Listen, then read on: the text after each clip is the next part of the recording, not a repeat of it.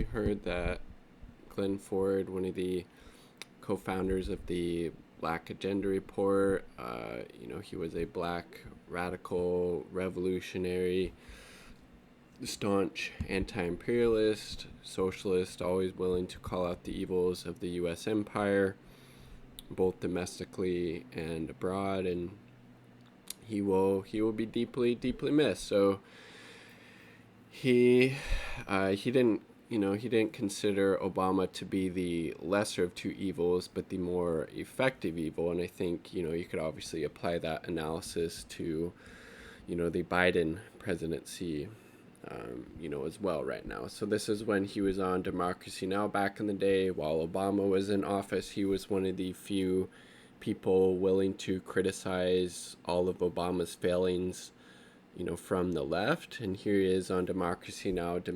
Debating Michael Eric Dyson on Obama's presidency. And again, this was 2012, so into Obama's second term. Let's take a listen. For discussion and debate. That's not very good, is it? That's a little better. And record. We turn to Michael Eric Dyson, who's joining us here in Charlotte, North Carolina, professor. Well, let's just get to Glen Ford's part, because I don't really care what Michael Eric Dyson has to say. We at Black Agenda Report have for some time been saying that Obama is not the lesser of evils. The more effective. The more effective evil. Damn, that's so good. And also on his rhetoric at the convention. So we would prefer to talk about what history-making events have gone down under his presidency. He's first of all created a model for austerity, a veritable model with his Deficit Reduction Commission. Grand bargain. He's introduced preventive detention, a law for preventive detention. He's expanded the theaters of war and drone wars, and he's made an Libya, assault on Syria, on international law. And I think that possibly the biggest impact his presidency, and I'm not talking about all this light and airy stuff from the convention, but actually policies. I think probably what will go down as his biggest contribution to history is the bailout, merging of the banks and the state, with $16 trillion being infused into these banks, into Wall Street. Millions of people are getting kicked out of their homes. His watch, and the line between Wall Street and the federal government virtually disappearing. You know, what's interesting is that, look, despite the poetry of my dear friend Glen Ford, so this dude just trying to make excuse. Will never be able to participate, not simply in the pageantry of American politics and the light and airy stuff that conventions engage in, of course, the fluff and the desiderata may be absolutely true, as Mr. Ford has indicated, but the reality is that Obama is as progressive a figure who has the chance of being elected in America. Friedrich Engels is not going to be the Secretary of State. I think, Glenn, we have to take that into consideration. Glen Ford. So basically he was just saying, well, he's the best that we could do, like, be happy with what you got. Has actually moved the entire debate to the right. He claims it's true. That he's the one standing between the Republicans and Social Security and Medicare. When he wants for the grand bargain. But it was Obama 2 weeks before he even took the oath of office who said that entitlements would all be on the table. Yeah. This was at a period in which the Republicans were in disarray, couldn't mount a challenge to anything. Obama followed through and created this model for austerity with his Deficit Reduction Commission, which came up with the figure of $4 trillion in cuts, which he now includes among his solemn promises to the American people. Those cuts would savage, in fact, Medicare and Medicaid, Social Security.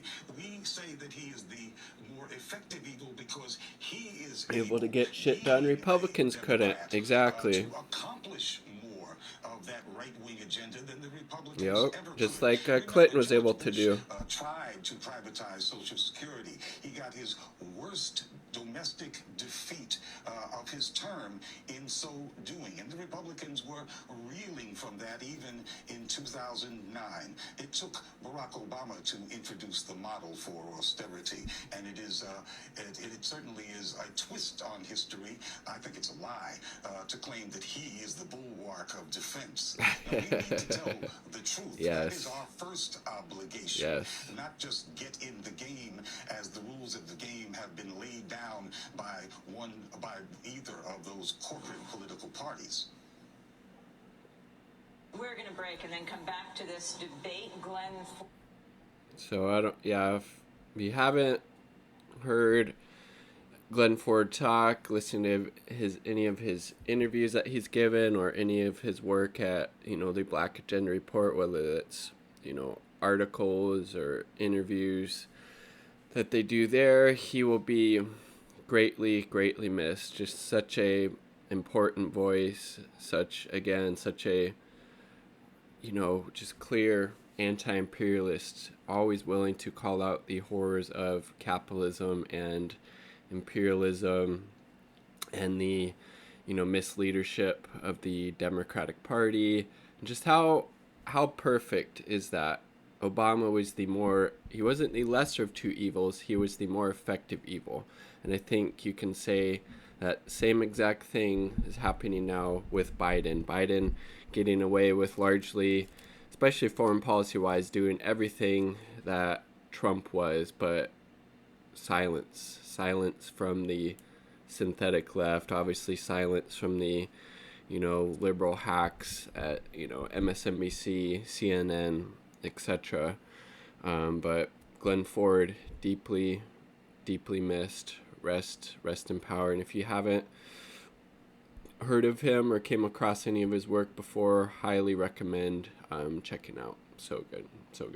Like the video, subscribe for more content, share, become a Patron if you can. I'll link that down below. Peace, much love, all part of the